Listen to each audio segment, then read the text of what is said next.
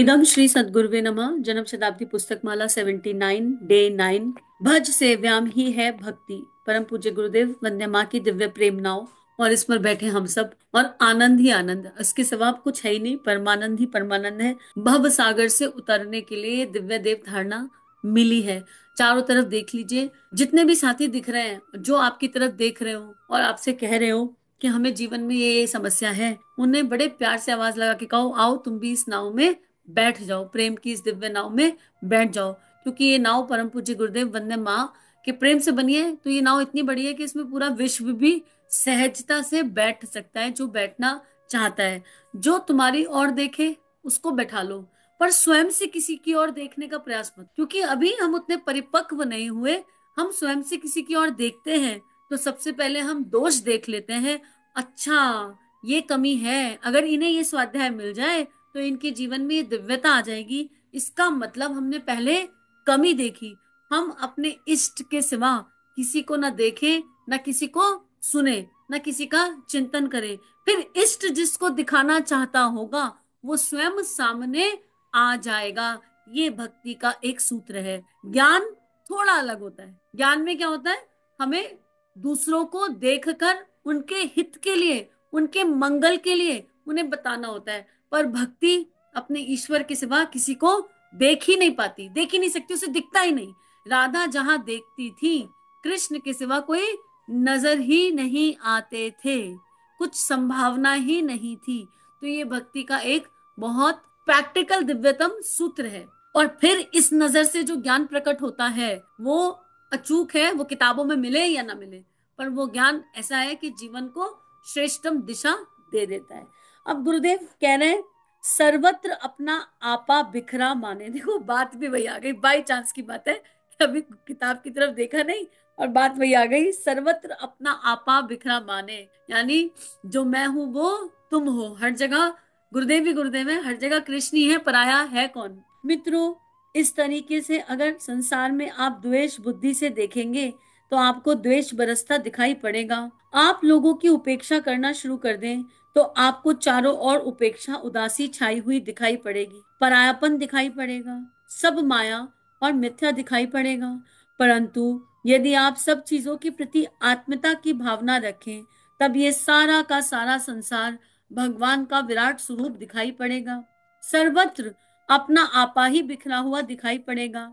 तुलसीदास जी के सिय राम में सब जग जानी की अनुभूति अपने आप होने लगेगी। संसार का जर्रा जर्रा सिया से भरा है, राम से भरा है। अपनत्व विकसित होने पर आपको हर जगह राम दिखाई पड़ेंगे, हर जगह सीता जी दिखाई पड़ेंगी। कब? जब आप उन्हें अपना मानेंगे। आप सबको अपना मानना शुरू कीजिए, अपनेपन के दायरे को बढ़ा दीजिए। अभी तक तो आपके अपनेपन का दायरा शरीर तक है, इसलिए शरीर में सुख है तो आप सुखी हैं, शरीर दुखी है तो आप दुखी हैं। अभी तो आपने अपना दायरा अपने कुटुंब तक सीमित रखा है। कुटुंबियों को अच्छी नौकरी मिल गई, खाना मिल गया, इज्जत मिल गई तो आप खुश हैं, और अगर नुकसान हो गया तो आप ना खुश हैं। अतः आप एक काम कीजिए, अपने इस छोटे से दायरे को बढ़ा दीजिए। आप अपने आप को सारे विश्व तक फैला दीजिए, तब सारी चीजें आपकी ही हो जाएंगी। देखो, भक्त कहता है कि मैं भगवान का राजकुमार हूँ, मैं भगवान की राजकुमारी हूँ। किस आधार पर कहता है? और राजकुमार के पास क्या होता है? जो राजा का है वो राजकुमार का है। और राजा कौन है? भगवान। और भगवान का क्या है? ये पूरा विश्व ब्रह्मांड भगवान का है। संग्रह की भावना छूट जाती है। एक तो कुछ कुछ ऐसा है ही नहीं जिसको मुझे संग्रह करना हो, क्योंकि ये सब कुछ तो मेरा है। ये सारे पहाड़ मेरे हैं, ये सारी नदियां मेरी हैं, मैं इनमें हूँ। ये सारी प्रकृति मेरी है, सारी हवा मेरी है, जितनी भी जमीन पूरे ब्रह्मांड में दिख रही है मेरी है। संग्रह का भाव छूट जाता है, घबराहट खत्म हो जाती है। अरे, भगवान के बच्चे को कभी कोई कमी आ सकती है? कमी तो हमारी वृत्तियों को आती है। रोटी, कपड़ा और मकान तो सबके लिए सहज अवेलेबल है। और भक्त की कॉन्शियसनेस भगवान में इतना ज्यादा डूब जाती है कि उसको वो फीलिंग भी नहीं रहती, बहुत ज्यादा भूख प्यास भी नहीं रहती। परम पूज्य गुरुदेव ने क्या खा के जीवन बिताया देख लीजिए। तप की शक्ति से नहीं, भक्ति की शक्ति से हो पाया। वो दिखता ही है कि परम पूज्य गुरुदेव ने तप कर लिया, संयम कर लिया, भक्ति की शक्ति थी। इतनी भक्ति दादा गुरुदेव और गायत्री माता के प्रति कि भूख प्यास का पता ही नहीं चला, कुछ खाया ही नहीं जीवन भर, नमक मिर्च के स्वाद की इच्छा ही नहीं हुई। ज्ञान में क्या होगा? हम नमक मिर्च नहीं खाएंगे तो हमें इच्छा तो होगी, पर हम उस इच्छा का दमन करेंगे कहीं ना कहीं। हम अपने आप से कहेंगे नहीं ये खाने योग्य नहीं है। भक्ति की भावना में इच्छा ही खत्म हो जाती है, फीलिंग ही नहीं आती, कुछ चाहिए और फिर उसे छोड़ना है, वो होता ही नहीं। माइनर डिफरेंस है। लेकिन इसका मतलब ये नहीं कि ज्ञान बुरा है, ज्ञान के बिना यहाँ प्रवेश नहीं है, ज्ञान के बिना पॉसिबिलिटी नहीं है। पहले हमको किताबों के ज्ञान को जानना होगा, समझना होगा, ठीक है। उसके आधार पर श्रद्धा भक्ति प्रकट होगी। उस श्रद्धा भक्ति जो है वो माता पिता है, उससे भक्ति का जन्म होगा। फिर भक्ति से दिव्य ज्ञान और वैराग्य का जन्म होगा। भक्ति के बच्चे हैं ज्ञान और वैराग्य, पर वो दैवीय ज्ञान है, किताबी ज्ञान नहीं है, पढ़ा हुआ ज्ञान नहीं है, अनुभव स्तर का ज्ञान है। भक्ति से जो ज्ञान प्रकट होता है वो एक्सपीरियंशियल है, अनुभवीय है। और वैराग्य, वैराग्य करना नहीं पड़ता, छोड़ना कुछ नहीं पड़ता, उसके पहले छोड़ना पड़ेगा। शिवत्व की अवस्था तक आने के लिए छोड़ना पड़ेगा। संकल्प लो और छोड़ो, संकल्प लो और करो, संकल्प लो और करो। लेकिन भक्ति के बाद संकल्प की आवश्यकता नहीं, जीवन संकल्प हो जाता है।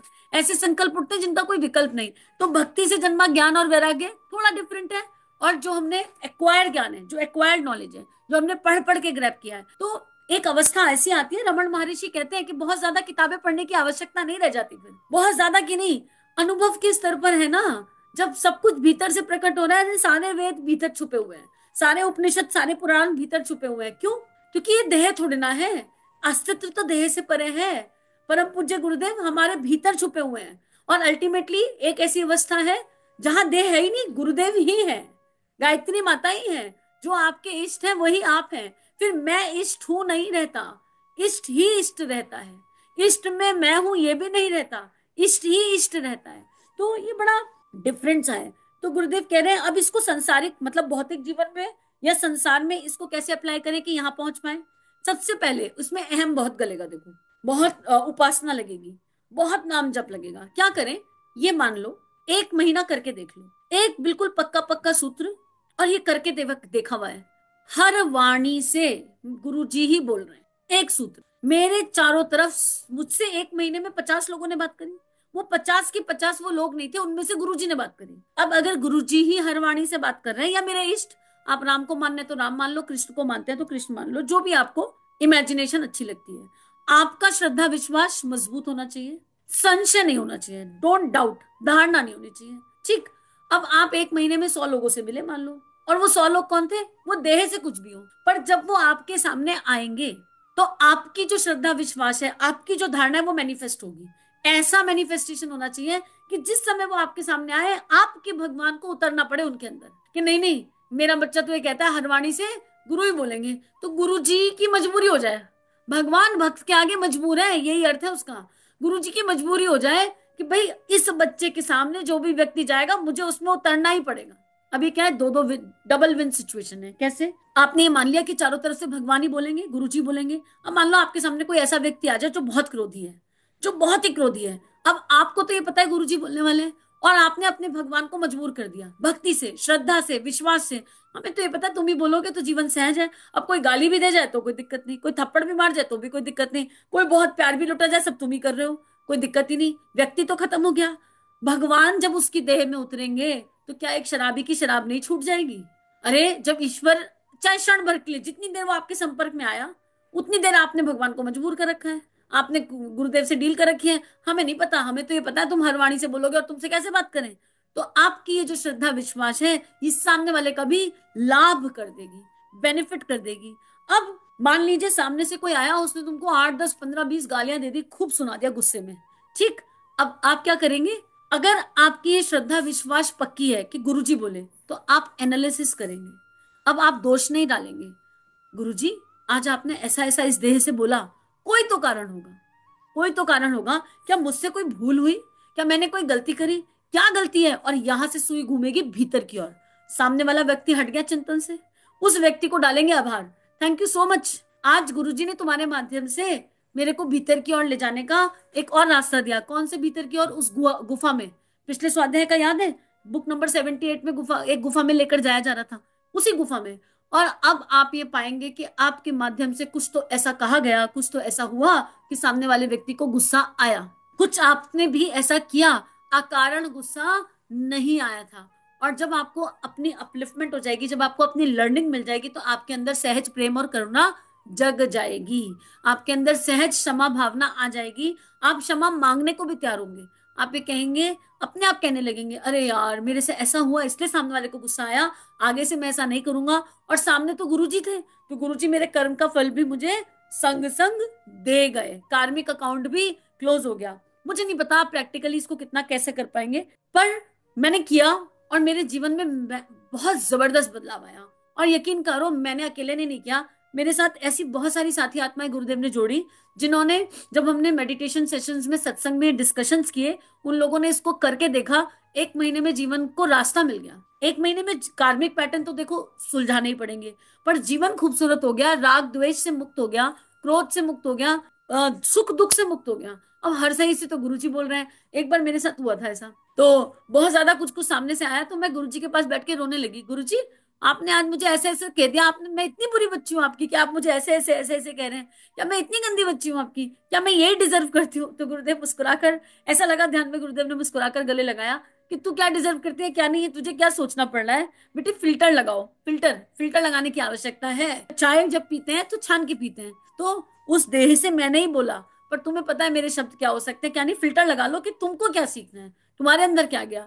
मुझे किस बात की खुशी हुई कि पक्का गुरुजी बोले होंगे, तभी तो गुरुजी ने ध्यान में गले लगा लिया।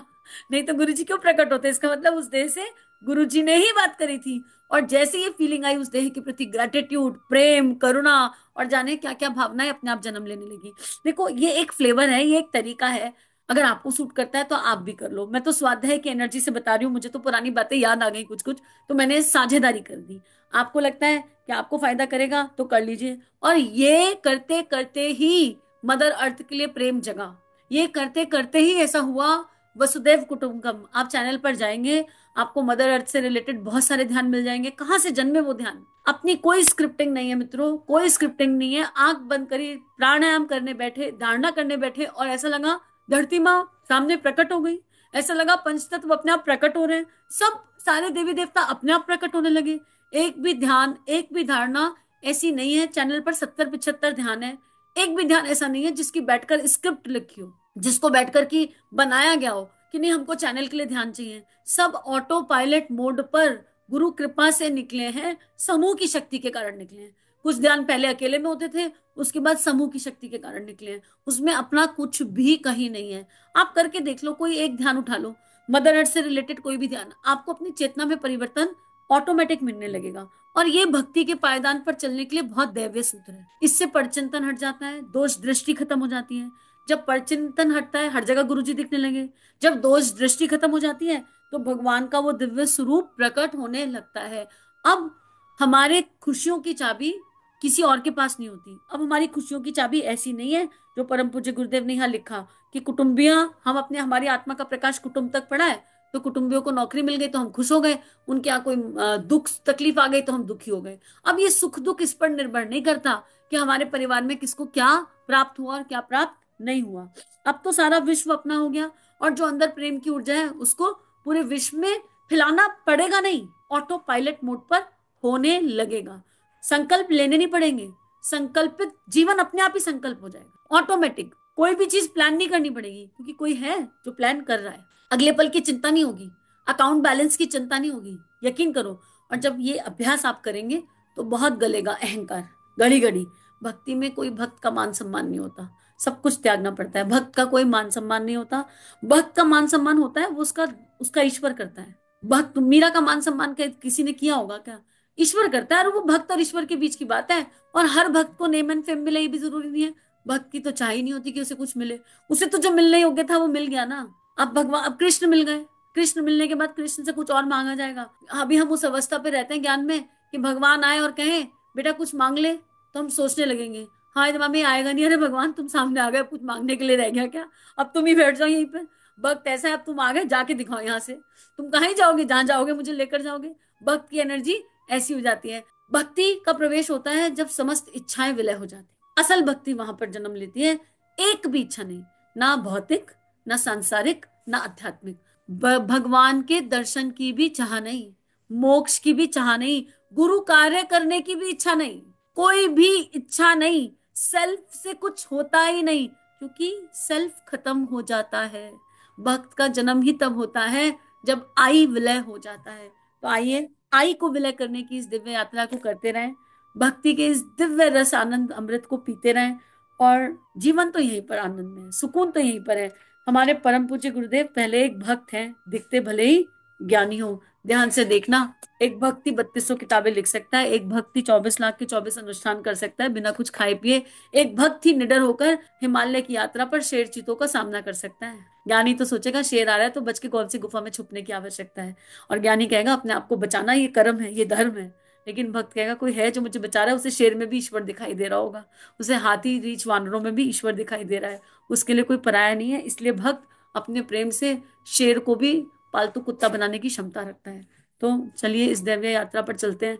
इस यात्रा का एक अंश भी जीवन में उतर गया तो फिलहाल जीवन बहुत धन्य हो जाएगा, आगे का तो पता नहीं, ये वाला पल बहुत खूबसूरत हो जाएगा। आप सभी अपना ध्यान रखिए। इदम श्री सद्गुरुवे नमः। इन भावनाओं को विश्वव्यापी बनाने के लिए सभी को आभार। सभी को प्रणाम। श्री प्रिया काउंसलिंग चैनल और देव परिवार चैनल पर जो वीडियोस आपको मिल रहे हैं, अगर ये आपके जीवन को बदल रहे हैं तो ये केवल गुरु कृपा है। आइए इस गुरु कृपा को विश्वव्यापी बनाएं। जो भी लिंक आप सुनते हैं, आपको जो भी लिंक अच्छे लगते हैं, उनको अपने व्हाट्सएप स्टेटस, फेसबुक स्टेटस, सारे सोशल नेटवर्किंग साइट्स पर लगाइए। इस टेक्नोलॉजी के माध्यम से आइए ऋषियों की, संतों की लेखनी को विश्वव्यापी बनाते हैं। जय हिंद, जय भारत। इदम श्री सद्गुरुवे नमः।